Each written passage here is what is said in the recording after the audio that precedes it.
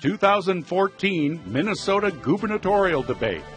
Governor Mark Dayton, Republican challenger Jeff Johnson, and Independence challenger Hannah Nicollet face off for the first time. Tonight's debate highlights issues important to Greater Minnesota. The final stretch of the 2014 race starts now. The 2014 Minnesota Gubernatorial Debate is hosted by the Coalition of Greater Minnesota Cities, the Rochester Post-Bulletin, and the Rochester Area Chamber of Commerce, and is brought to you by the public television stations of Minnesota with support from AARP of Minnesota. This election season, AARP is focused on making sure older voters know where the candidates stand on issues that matter. Find out more at aarp.org/yourvote. Alcorn Clean Fuel in Claremont. Alcorn believes in adding value to our members' investment while producing sustainable, renewable products for the world. Alcorn in Claremont, Minnesota. Education Minnesota.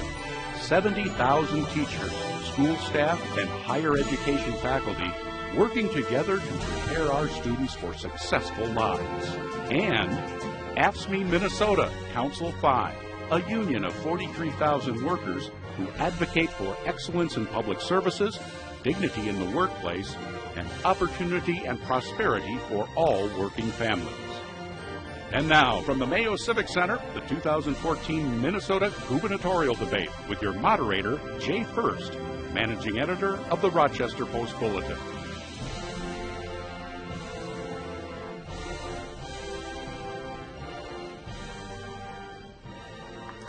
Good evening and welcome to Mayo Civic Center in Rochester for the first debate of the 2014 campaign for Minnesota Governor. I'm Jay Furst, managing editor of the Post-Bulletin in Rochester, and I'll moderate tonight's debate, the first of 5 to be held around the state. Tonight's event was organized by the Coalition of Greater Minnesota Cities, the Rochester Area Chamber of Commerce, and by the Post-Bulletin. And it's being broadcast live around the state on public TV and well beyond, and thanks to our public TV sponsors tonight. We're joined by the 3 major party candidates tonight: DFL incumbent Governor Mark Dayton, Republican candidate and Hennepin County Commissioner Jeff Johnson, and Independence Party candidate Hannah Nicollet. Thank you for being here, and you can applaud.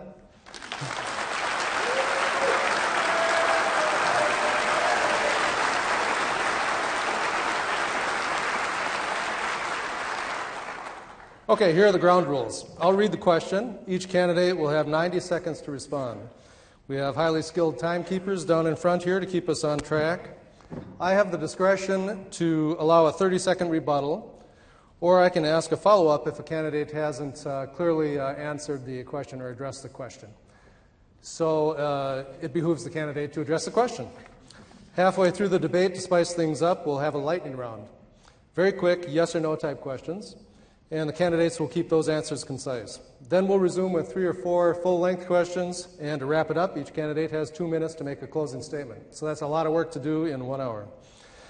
The questions were dreamed up by the debate sponsors, and the candidates have not seen them in advance. They don't know of the topics in advance. We cut cards backstage to determine who gets to respond to the first question. So again, we only have 1 hour. We have a lot we want to cover, and so we'd really appreciate it if you hold your applause until the very end. Candidates have a lot of friends here tonight, as you know, and the very best way you can help your candidate is by holding your applause to the end. So, are we ready to roll? Yes. Okay, first question is on Minnesota's economy and tax and spending issues. One of the governor's first tasks at the start of the term is to submit a budget for the state. A planning estimate from Minnesota Management and Budget after the last legislative session estimated a surplus of $603 million for the next biennium. Here's the question. Considering this budget estimate, what changes would you make in Minnesota's budget and tax system to enhance Minnesota's business climate? Commissioner Johnson, you won the cut, I believe, with an ace being high. So you go first, followed by Governor Dayton and Ms. Nicollet. Thank you, Jay, and I just want to thank you and the hosts for putting this together tonight. I do appreciate it.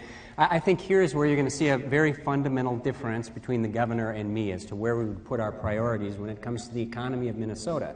In particular, I've been told that every state that surrounds us has billboards up saying, "Open for business, come to us." We don't have those billboards in Minnesota, and unfortunately, their billboards are actually working. We just learned from the Bureau of Labor Statistics last week that over the past year, Minnesota has actually had the worst job growth rate in the Midwest and the 41st worst in the country. We also have seen that underemployment in Minnesota is at 53%, which means that half the people in this state who are working are actually overqualified and probably underpaid. And that all directly relates to our taxing and regulatory and, in some cases, spending policies in this state. You are going to see me working hard to reform our taxes. I have a strong belief that the tax system should be low, broad, and simple. And almost any economist will tell you that that's what you need to do. And I suspect you'll see big changes in the second biennium rather than the first, because we'll only have a few weeks to make big changes. But if we have a lower tax system, a simpler tax system, a fairer tax system, we're going to be starting to encourage the growth of the good jobs that we've been losing to the states that surround us these past few years. Thank you. Governor Dayton.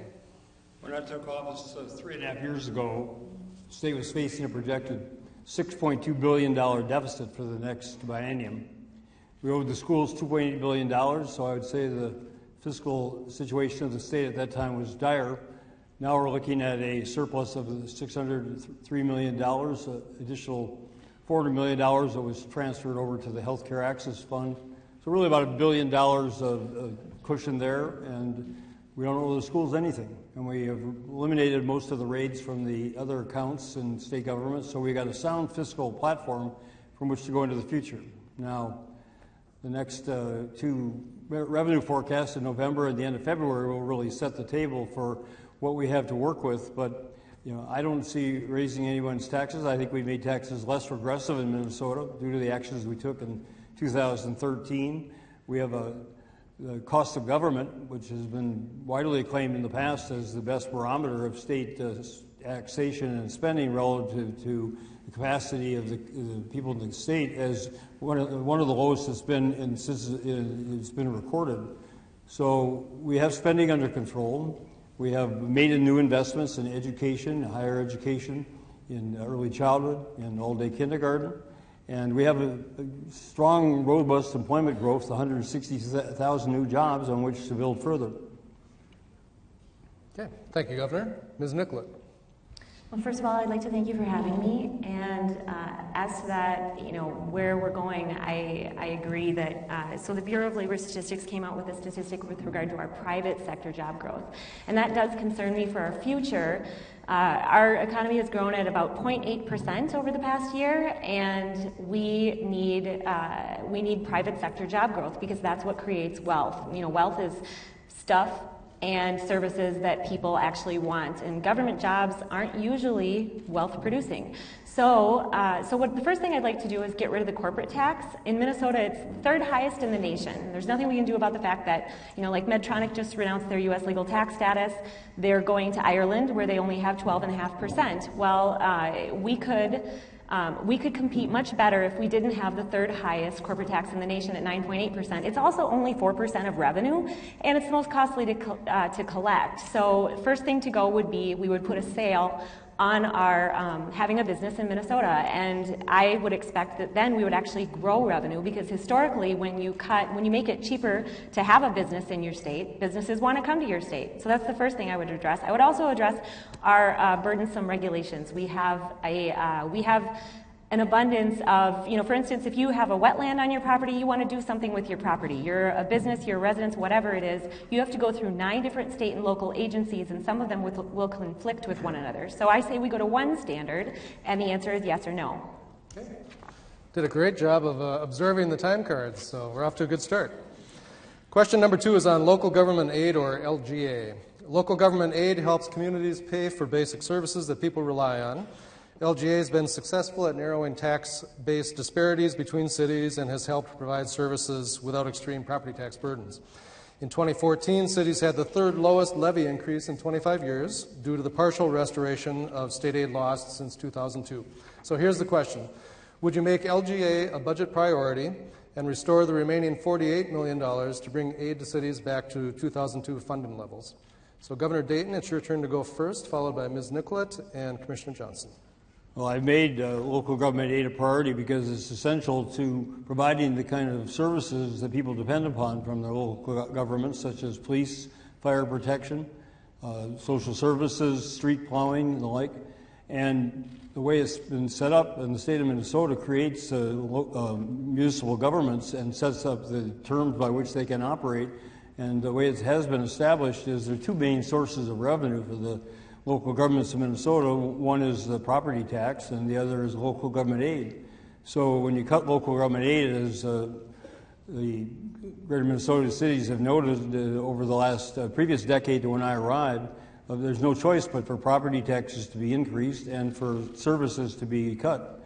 So we, in 13 and 14, increased local government aids, the DFL legislature and myself, and the result was, as was noted, one of the lowest increases in property tax rates in the state, in the nation, in the history of the last this century, and also gave local governments the wherewithal to go back and make some badly needed investments to upgrade their operations, their facilities, their police and fire equipment, machinery. So, local government aid will depend on the budget for the next year, which will depend on these revenue forecasts I mentioned earlier, but absolutely local government aid will continue to be a strong priority of mine. Okay, Ms. Nicollet. I believe it's a priority in the sense that it's an issue of unfunded mandates. The state requires cities to provide services that they don't pay for. So that's been a problem for cities. They don't actually have the funds to pay for the services that they're required, like child protection, that they're required by the state to provide. So in the way that I see it, any service that the state requires a city to provide, you can't require of anything of anyone that you don't expect to pay for yourself. So I believe that if the state is requiring it of a city, then they should be willing to, we should be willing to pick up the tab for it. Then we consider it a mandatory service that the state of Minnesota provides. Whether it's child protective services is simply under the constitutional responsibilities of state government.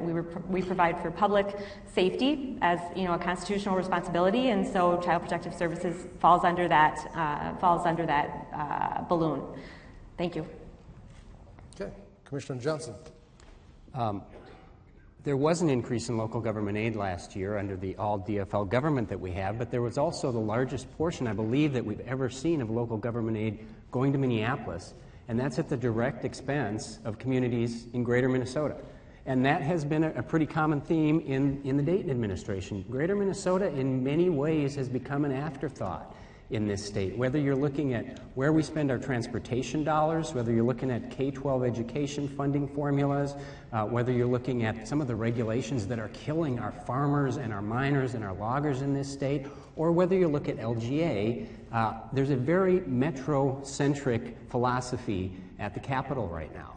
I believe in the original intent of LGA, which was to provide for communities that have a low property tax base the money to provide basic services like roads and bridges, like police and fire and emergency services, like sewer and water. But I think we've moved far, far away from that, and we're directing it now to cities that don't need that help. I've had the question, will you promise to increase local government aid? I won't make that promise, but I will promise to do everything I can to direct the money that's already in local government aid to the communities that actually need it, because that's not happening right now. Governor Dayton, since this is a greater Minnesota-oriented debate, I'll give you 30 seconds if you want to respond to Commissioner Johnson on that point. Well, the facts just don't support what Commissioner Johnson alleges. The bonding bill last year, 38% of it went to greater Minnesota, 28% to the metro, and the rest was statewide projects, and 10% went to the state capital project. Unemployment rates right now in Rochester are 3.3%, Mankato 3.7%. You look at the development projects downtown in both of those cities, as well as St. Cloud.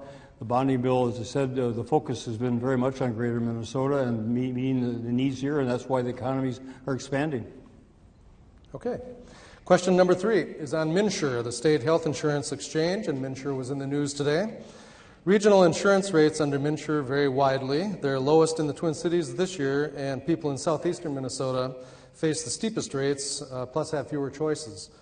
Ditto in northeastern Minnesota. The geographical disparity has been linked in part to access to dominant health, hospital, and clinic systems. Now, with Preferred 1 dropping out, further changes are ahead in rates. So here's the question. As governor, how would you help make sure MNsure rates and plan options are equitable in all corners of the state? And Ms. Nicollet, it's your turn, followed by Commissioner Johnson and Governor Dayton.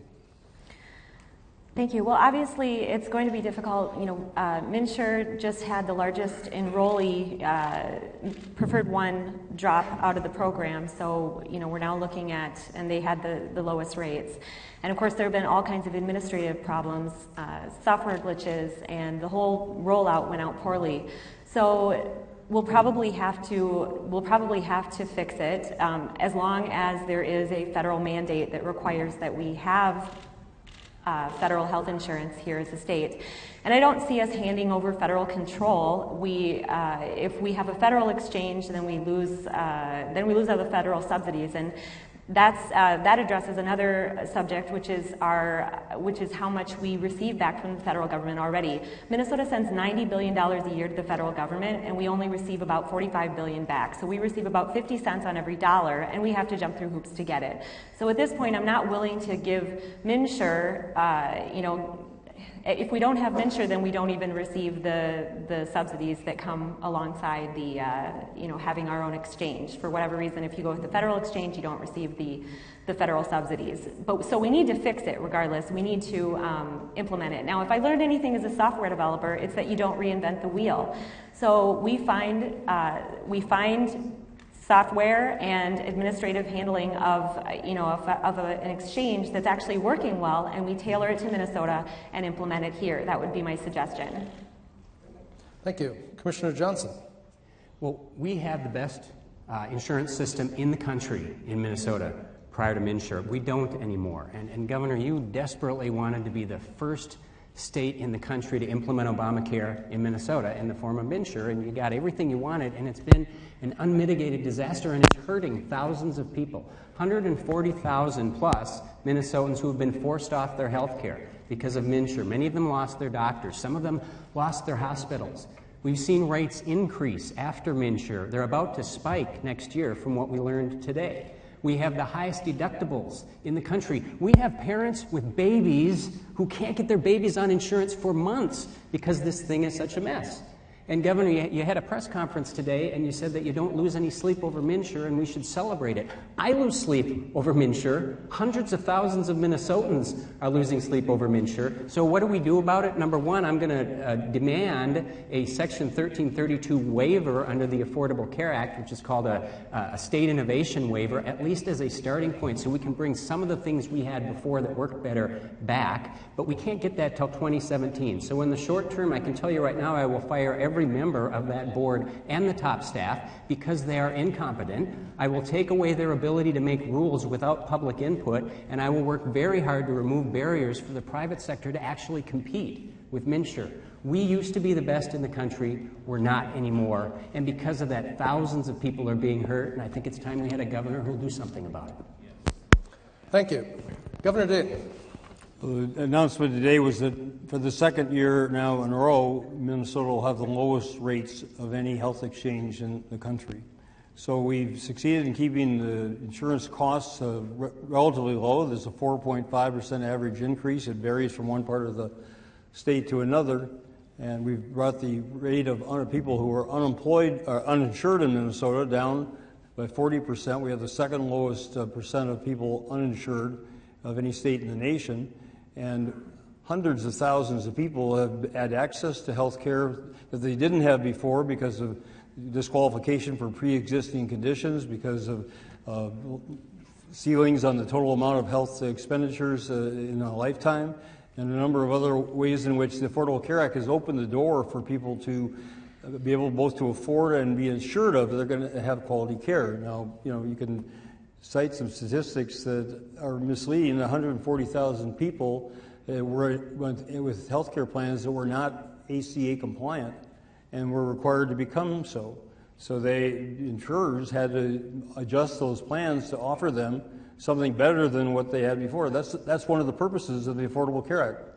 is to ensure people that they're going to have coverage for their needs, which a lot of people don't find out until after it's too late.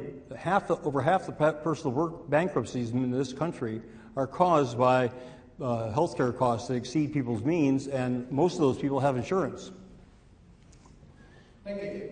Now we'll have our lightning round of quick questions, and we're looking for straight up yes or no answers with just a sentence or two of elaboration. Recently, the state's building code was updated to mandate home indoor sprinkler systems for homes over 4,500 square feet, which will add to the cost of new homes. Do you support the new mandate, Commissioner Johnson? Absolutely not, and this is a great example of a difference, I think, in philosophy between the governor and me, where the belief is government always knows best. I think consumers should choose whether they want to put sprinklers in their homes or not. Okay, Governor Dayton. Yes, I support it, and people who haven't had the experience of going into a burning building and having to risk their lives or give their lives to put out those fires are in no position to judge what the firefighters of this state say overwhelmingly is necessary for their protection and for the safety of people who live in those residences. And Ms. Nicollet. I don't. I believe it's the work of lobbyists to make sure that every luxury available is mandated to be put into building codes, and it is only affordable to the wealthy. If you're at a lower income, this can make a difference. I saw a stat a few years ago that every $5,000 you add on to the price of a house eliminates 35,000 people from being able to afford that house. So I support affordable housing, and I wouldn't mandate it. Commissioner Johnson, I might give you a shot at responding to the governor's comments about firefighters, if you want to take that. Sure, and I don't think any lobby, no matter how great the lobby is or no matter how much we agree with the lobby, should be dictating our policy. And what it comes down to is exactly what Hannah said. Because of this new mandate, which most of the legislature from both parties didn't seem to like, we are now increasing the cost of homes and pricing some people out of being able to buy a home. Number 2 in the lightning round, the state just created a $20 million fund to expand Minnesota's broadband infrastructure. Recently, the governor's broadband task force recommended an additional $200 million for the next 2 years for the infrastructure grant fund.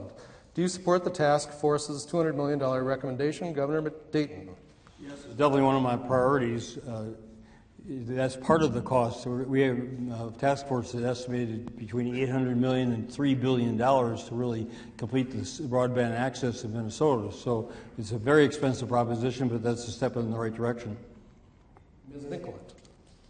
Well, I support broadband access throughout rural areas, and I do think that that's a hindrance to being able to do business in rural areas. It's the same as mail service, really. Our new mail service, our new mode of communication, primary, is the internet. So, but as far as how it's being allocated right now, my concern is that I've seen right now we're at about 99% people being connected at acceptable, what the state has determined to be acceptable download speeds, and 75% at acceptable upload speeds. So we're looking at about 25% getting up to par on upload speeds. I would probably rather see, because what we've had problems with is that the government has been competing with private business. So in Monticello, we had an instance where they came in and installed cable and then started having a price war with the cable companies that were already there. I would rather have us focus our resources on areas that are not connected at all and start with those. $200 million is an awful lot of money, and it's highly important, but we're also on the cusp of new technology too that may not involve laying cable at all. So we're looking at satellite and whatnot. So I would just be hesitant to go full bore ahead. But public buildings, we have we want to make sure that all of our schools are hooked up and that they can be hot spots, and make sure that all of our areas that are currently not covered right now are covered. Okay, so that was a few lines more than I was expecting, but I do want to ask us, so would you support the task force's $200 million recommendation? So I provided that it's allocated to areas that are not already connected. Okay. Commissioner Johnson. Jay, I don't know if I would support that exact number. I don't know where I'd end up. I can tell you that broadband connectivity will be a priority for me, because I'm a strong believer that if we actually want to be competitive from a business standpoint, every area of the state has to be connected. I would agree with Hannah that I'm not a big fan of the government entering the private market as a competitor, but if we can use this money to incent the private sector, I'd be very supportive of that. Okay. Question number 3. Do you support development of high-speed passenger rail between Rochester and the Twin Cities, the project called Zip Rail? That's an issue that a lot of people around here care about. So we're going with Ms. Nicollet first this time. So at this point, I'm more concerned. We have a lot of the rail that I'm most concerned about right now is we have farmers with grain that's sitting on rail and not able to move, and it's at a crisis situation. So I would like to see that rail issue addressed, and we also have a roads crisis. I mean, we're looking at $7 to $9 billion. Half of our roads are over 50 years old and in need of repair, and we have 1,000 bridges. So we keep dropping billions on people rail. And even though I've got nothing against it, my concern is that we're not focusing on our needs and instead focusing more on our wants. So we need to refocus our priorities. We need those roads and bridges. It's, having good roads and bridges is essential to your economy. And so that's where I would focus the effort right now. And coming up with $7 to $9 billion, we've come up with $4 billion for Viking stadiums and several lines of rail already. So I believe that we can easily find the $7 to $9 billion that we need. It's actually setting us back. It costs every Minnesotan money not to take care of that. So that would be my primary concern.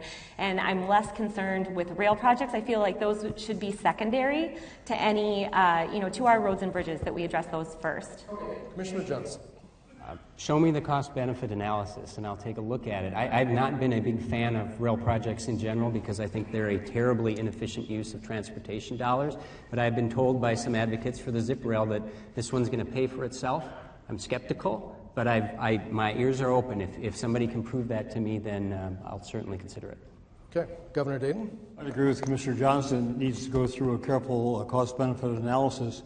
It also has to be viewed in conjunction with the Destination Medical Center here in Rochester, which I've strongly supported, and the state of Minnesota is backed, and as a result, this area is going to be transformed. The Mayo's private sector employment may as much as double over the next 10, 20 years.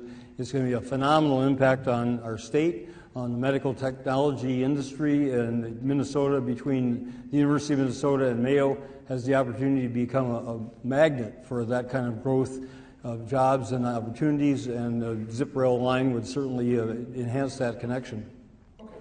So a few more lightning round questions, and the more concise answers, the better. The most recent proposed amendments to the Minnesota Constitution were highly controversial.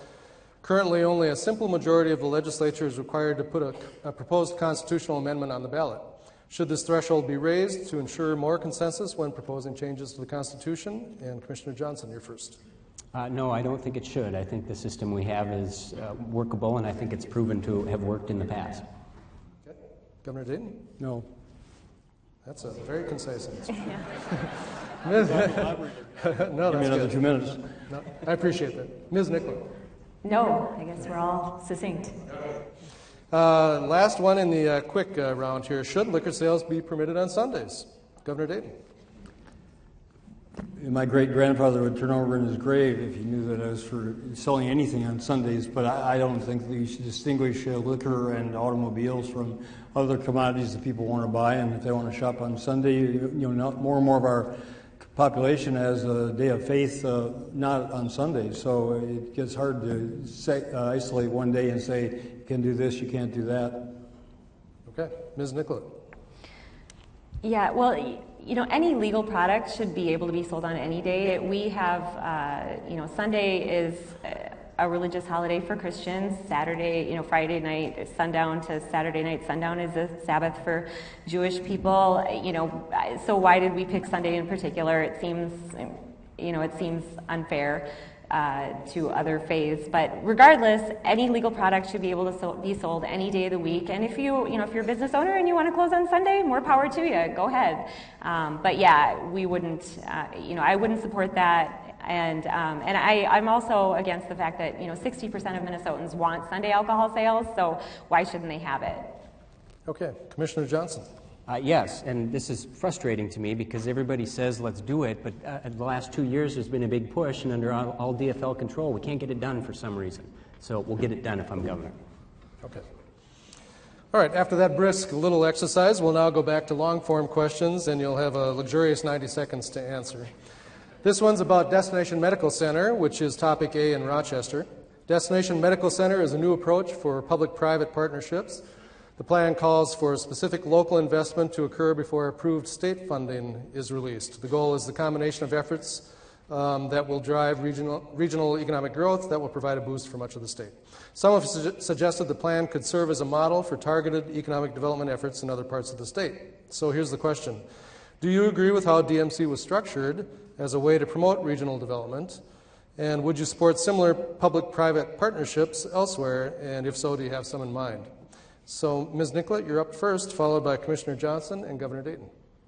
Well, as far as the plan, I believe it's already been put in place, and it's just a multiplier. The Destination Medical Center, the help from the state has already been promised, and we should keep our promises. But what I saw as the larger issue with regard to the Destination Medical Center and the problem with the multiplier is that our Attorney General and our Governor's office aren't even in communication right now, which I don't know if you've seen as the Independence Party, we've been working as a team. So all five of us, all five state office candidates, pooled together. We are, working on issues together. We put our ad together as a team, and we believe in. That's what I believe in, is being a team player. That's part of what I see the role of governor as, is finding talent and tasking issues. And so that's what I would like to see us do, is tackle everything as a team. The fact that the Attorney General and Governor aren't even in communication right now is really concerning to me. I would like to see us working together as a state to improve the whole state. Thank you. Commissioner Johnson. Well, I believe that DMC is very good for Rochester and it's very good for Minnesota.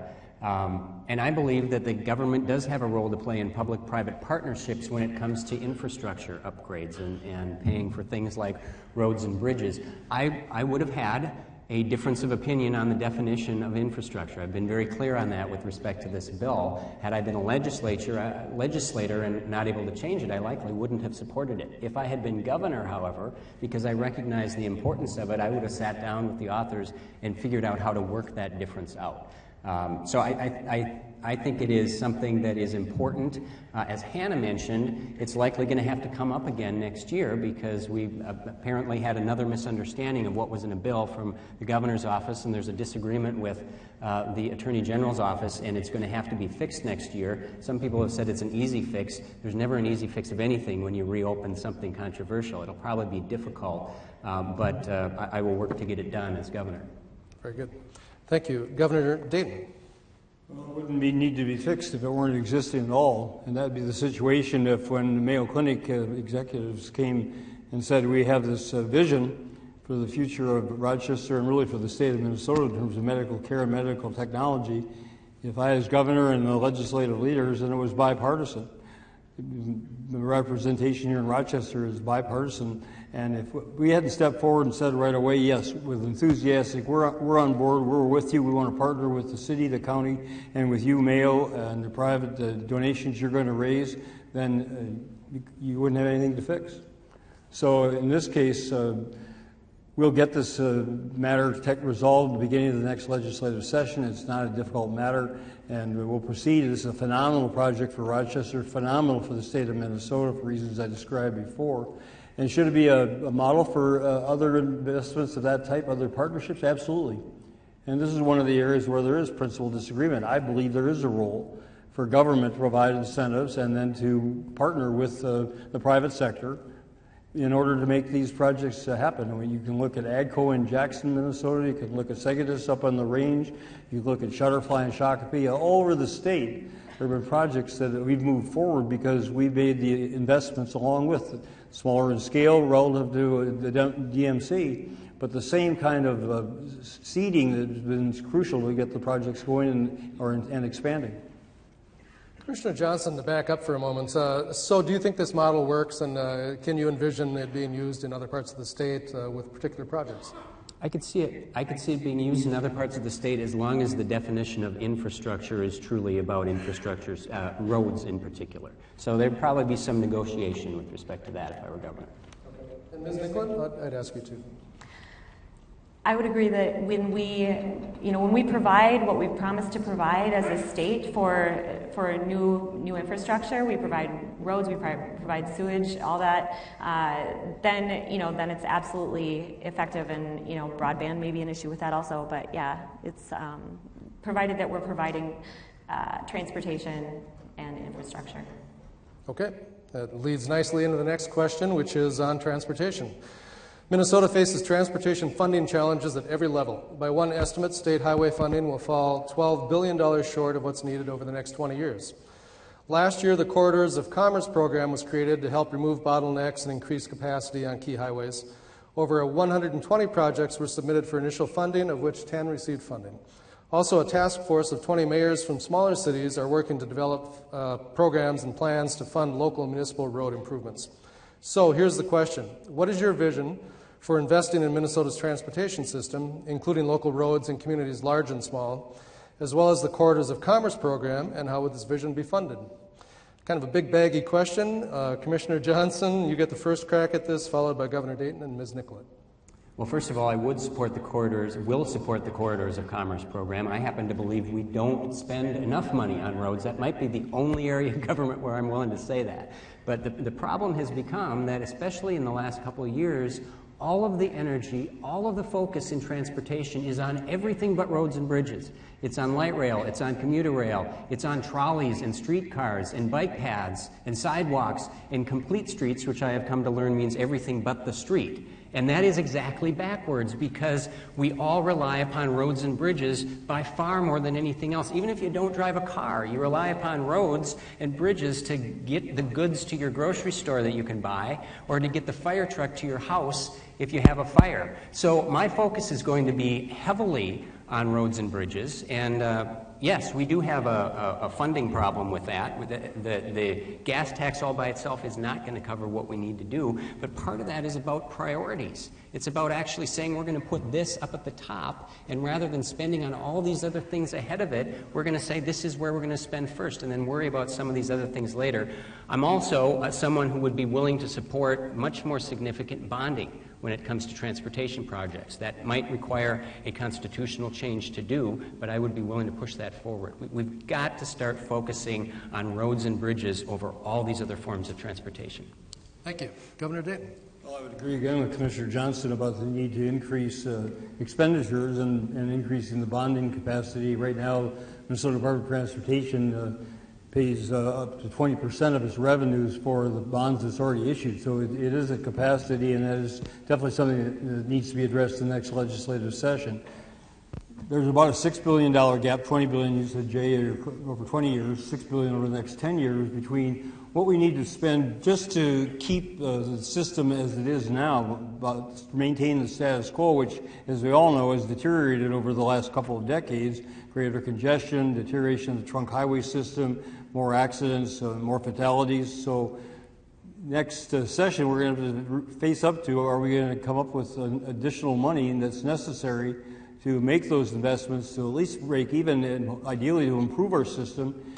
Some people say, well, we'll just get administrative efficiencies out of the Department of Transportation, which is a very important aspect of it, but it's not going to come close to the amount of additional expenditure necessary. So the people of Minnesota really have to decide through their elected representatives, are they satisfied with things as they are? Are they willing to pay additional money from some source or another in order to be able to make that break even? Or do we want to improve things, in which the case you're going to have to invest more?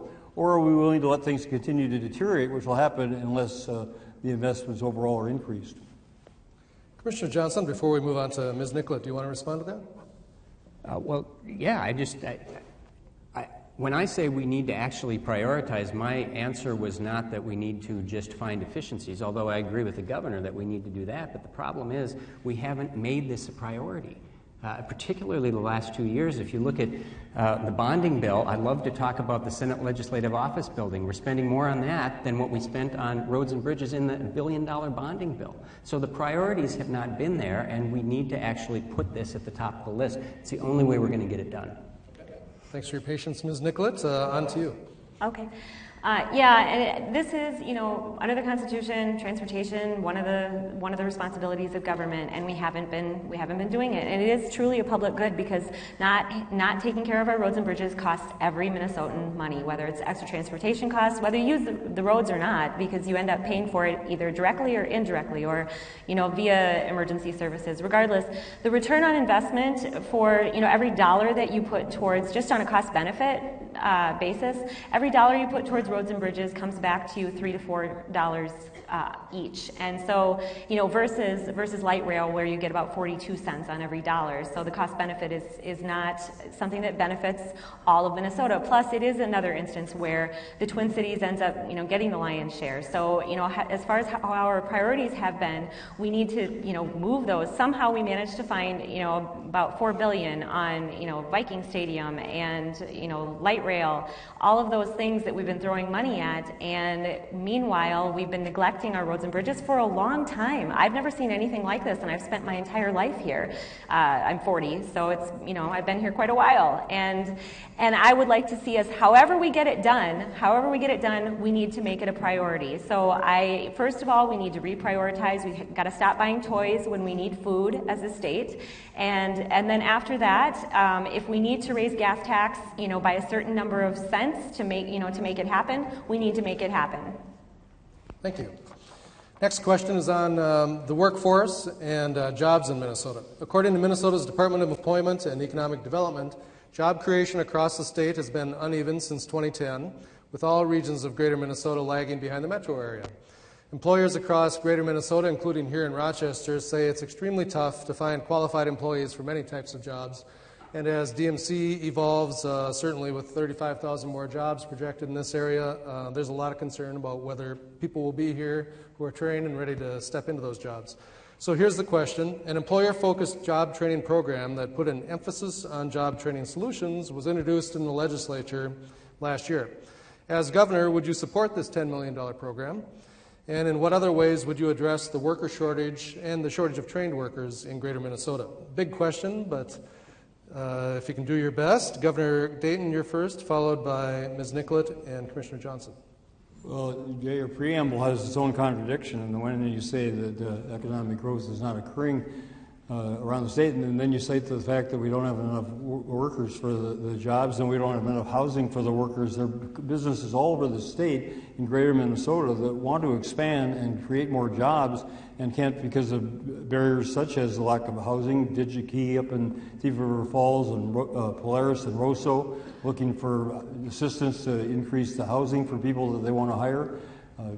Down on the Iowa border, Jackson, right through to Laverne and Worthington can't expand because of water deficiencies, which the bonding bill is focused on correcting. So, I dispute that we don't have good, healthy economic growth going on all over Minnesota, and not uniformly common, but very much the same, kind of moving forward. So, yes, we need to train people for the jobs. I was up on the range this last week, and they're looking for welders and engineers and technicians in order to expand. Yes, absolutely, we need to realign the training programs, starting with high schools and even junior high schools, and get them aligned with the MNSCU campuses, and train young people for the jobs of the future rather than the jobs of the past. That's going to require an investment, again, to bring up modern technology and equipment to those facilities. But the payoff is significant and one we should pursue. So you would support the $10 million program? I mean, yes. We're not. The federal government has myriad job training programs. The state has its own on top of that. I'm not sure that there's a lack of funds right now. So in that respect, the lack of funding is for particularly the MNSCU campuses, for the equipment, the technology, the building improvements that are necessary, so that the training that does go on is training people for the state-of-the-art jobs that are out there. Thank you. Ms. Nicollet. Would you repeat the question with regard to the program, the $10 million program? I'm sorry. Would you repeat the question with regard to the $10 million program that you referenced? There was a program that was introduced at the legislature last year, $10 million that would be used for job training solutions. And so more generally, you know, what would you do to generate more training programs for workers? Okay. Well, as far as, you know, and then you also mentioned economic development in part of that question in the rural areas. And so economic development, the first thing, and as I said, I'd like to get rid of the corporate tax, and I believe that would start more businesses in rural areas as well as in the Twin Cities. That's, you know, going to affect all areas of the state equally. It also, you know, we do need to get all areas of the state connected to the internet. That's another area where rural areas are deficient. Education is also an area. We need to address the achievement gap. We have schools that have some major problems that we haven't addressed, and once again, that's we could look at, you know, we don't need to reinvent the wheel. There are areas of the country that are having tremendous success, and we could implement what they have done, provided that we're willing to innovate. We have to be willing to, you know, really make the changes here as a state, and not, you know, be student focused in our policies. So we attack education. We go after, you know, the business taxes that have been prohibitive, get rid of those, and I believe that we would start flourishing. And of course, you know, then as a state, we provide for good infrastructure. So all of that provided in the rural areas, you know, their connection, education, and we would see an economic growth in the rural areas without a doubt. Thank you. Commissioner Johnson. Well, let me first just mention that when the governor said that economic growth is going gangbusters in Minnesota, it's not. And we just learned that last week from the Bureau of Labor Statistics, which is part of the Obama administration. And they told us that we are the worst in the Midwest over the last year in job growth rate. The Kauffman Foundation, which is a nonprofit, nonpartisan group, shows that if you look at the last 4 years, Minnesota has created the fewest number of new businesses in the country per capita. So it's not just a greater Minnesota issue, it's an issue all over the state. But it is particularly problematic in greater Minnesota, and part of that is because we haven't paid a lot of attention to greater Minnesota these last few years. And so number one is infrastructure. Let's fund roads in greater Minnesota, and let's work to expand broadband. I think that's a very important piece. Another piece is just economic development in general and having a governor who's willing to be a cheerleader for greater Minnesota. I was born and raised in Detroit Lakes. My wife's from Crookston. We went to school in Moorhead. Our roots, our values, our families are all in greater Minnesota, and I think I'm somebody who will be out here a lot cheerleading for greater Minnesota. And then finally, and here's a big difference between the governor and me, we have some opportunities around this state to create great jobs. One of them is mining up in northern Minnesota. Those are literally hundreds of really good paying jobs up there. They are desperate for those jobs up on the range, and we're kind of slow walking that process. I don't think Polymet will open if the governor is reelected. I will do everything I can to get it opened if I'm governor. Well, Governor, I should give you 30 seconds to respond to the last part of that comment. The commissioner has decided before the review process is complete that he's already jumped on one side. He's all for Polymet, which may be the final outcome and the proper one, but to jump in at this point where the review process and the environmental impact statement is fairly close to completion. It's taken too long, no doubt, but to jump in now and throw in whole hog and just say, well, we'll forget about all the environmental considerations and everything else, so we're just going to, you know, pander to northern Minnesota to try to get their jobs, I think is really irresponsible. I'll let the other two candidates respond as well, since mining is now the topic. Go ahead, Commissioner. Well, yeah, Governor, I didn't say that we should just ignore the regulatory process. We've been through 7 years of the regulatory process. They've spent hundreds of millions of dollars, and what we've seen is that they likely can do this in an environmentally friendly way, which is really important. I don't even think we should make the review process easier, but I think let's at least push through it to make sure it actually happens in a timely and fair way. I think we're dragging this out so that we can say after the election, we're not going to open this thing. Okay. Ms. Nicollet? With regard to Polymet, are we? Regarding mining in Northwest Regarding Minnesota. mining, yeah. Well, you know, the last environmental impact study gave it a rating on par with the Green Line, and so, you know, so we're at a point where we could go ahead. My only concern is that we've had some instances where, you know, mines have declared bankruptcy after the fact because there are a lot of costs involved on the latter end. It takes about $200 million to close the mine, $6 to $7 million after. Provided that that money is set aside and we know that it's available and it's not going to be abandoned, then absolutely we need it for economic growth up there. Okay, thank you. That's it for questions, long-form questions. Now each candidate gets 2 minutes for a closing statement. Again, we cut cards to determine who goes first. The cards are still right here, in fact, and we have a little time for Texas Hold'em later, perhaps, if anyone's interested. Hannah Nicollet won the cut and goes first with the closing statement, followed by Commissioner Johnson and Governor Dayton. All right. Well, I want to really thank the debate moderators and the people who held this debate for having me. I appreciate that because this is the only debate that I have been confirmed to participate in. So I sincerely thank you for that. And I also want to make why I should probably introduce myself. I'm a mom of 2 kids. My 3-year-old and 7-year-old are over here. My husband is over here, and I'm a former software developer. And people probably wonder, what in the world does that have to do with being governor? Well, I love to solve problems, and just personally, I love to build teams. So my lieutenant governor candidate is by far the best. I encourage you to look into him. He wrote the book Eco-Commerce 101, where he presented a new model for developing ag and environmental policy. Why does that matter? Because I believe in team building. That's why we're all working. From the Independence Party, we're all working as a team together, and that's how we would like to solve problems as a state. So why Minnesota? I love my state, and I would love to. This is absolutely my dream job. I would rather be governor of Minnesota than president of the United States.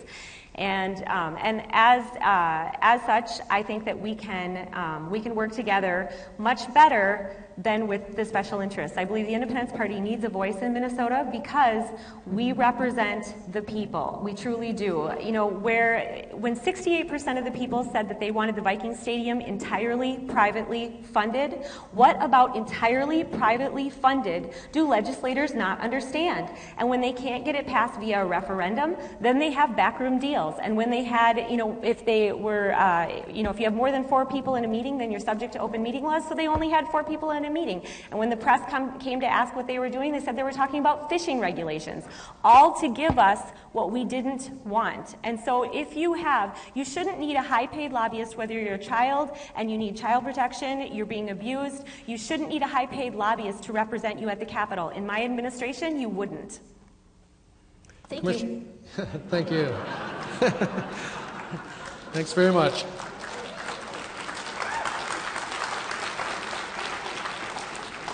Okay, we can do that after closing statements here if you want to do that. Commissioner Johnson, you're next.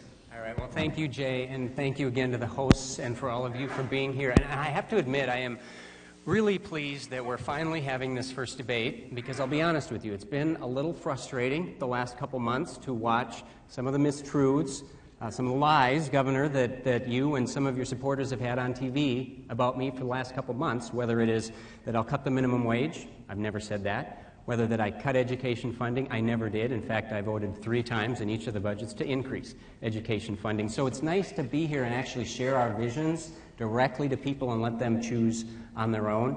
And let me tell you what my vision is, because I'm sharing it all over the state of Minnesota. It's a vision of a state where every kid in this state has access to a great education and to great teachers, regardless of where that kid lives or how rich or poor his or her parents are, and where patients and doctors are making health care decisions, not insurance companies, certainly not government bureaucrats. It's a state where politicians understand that we in the middle class work really, really hard for our money, and they spend it as carefully as though it's coming out of their own pockets. We're certainly not seeing that right now. It's a state where entrepreneurs actually want to start a business in Minnesota, and where our existing businesses actually want to expand here, and where every Minnesotan who's willing to work hard and follow the rules has access to a good-paying, full-time job. And most importantly, I have a vision of a state where we have ended this bitterness and envy over income differences, and this belief that the poor are poor and the rich are rich, and all we can do is just move around the money And instead, we're celebrating people who are successful. And we are never, ever, ever giving up on people who are poor. And we are preaching every single day a sincerely held belief that the poor can become the middle class, and the middle class can become rich. And anyone who starts with nothing can still achieve anything in this state. That's my vision for Minnesota, and that's why I'm running for governor. Thank you for being here, and I'd love your support.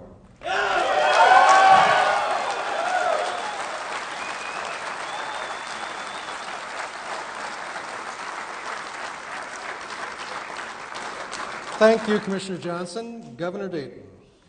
I just say parenthetically, Ms. Nicollet, I think you should, I don't decide who's in the debates, but I think you should be in the other debates. I think it's well established that the Independence Party is one of the major parties in the state, and Mr. Horner participated on all of our debates 4 years ago, and I think you should be afforded the same opportunity. Going back to the question at hand, I was born and raised in Minnesota, and obviously the state's been very, very good to my family and to myself. I started running for governor in 2009 because I was convinced the state was headed in the wrong direction. And we had, even in the midst of a national recession, the economic slump in Minnesota was greater than most other states. The tax system was regressive, and there was not generating enough revenues to meet the needs of our public education system from early childhood all the way through higher education. When I came in January 2011, we were in a fiscal mess, looking at $6 billion budget deficit for the next 2 years. We owed our schools $2.8 billion, along with a Republican majority in the Minnesota legislature. And myself, we cut $2 billion of spending, permanent cuts in the state expenditures, and we paid off the school debts over time. We raised taxes only on the wealthiest 2% income taxes. And in fact, 2 million Minnesota middle-income taxpayers received an income tax cut in the last legislative session when we went through federal conformity. We invested that money in education, which in Minnesota had been slacking relative to other states and relative to the needs. We instituted early childhood education, all-day kindergarten, were two of the most critical ways we can address the disparity gap and the achievement gap and the ability of schools and the society to help young people from the very birth all the way until they can enter society as productive adults and citizens. That's the vision I have for the future of the state, and that's the one I wish to continue as governor.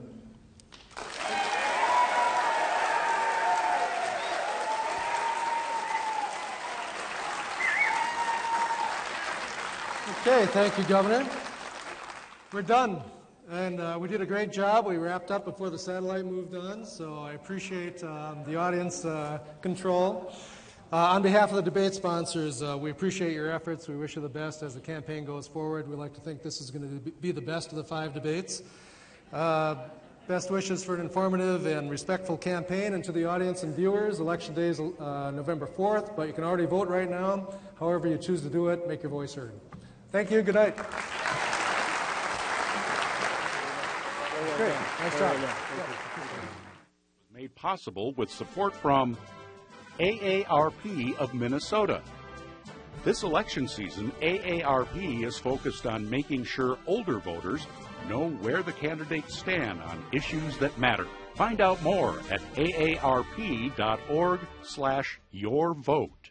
Alcorn Clean Fuel in Claremont. Alcorn believes in adding value to our members' investment while producing sustainable, renewable products for the world. Alcorn in Claremont, Minnesota. Education Minnesota.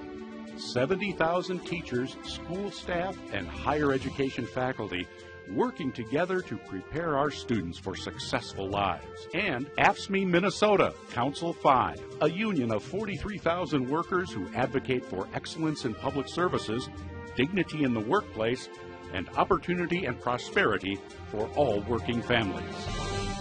This has been a co-production of Pioneer Public Television, Appleton, and KSMQ Public Television, Austin, Rochester.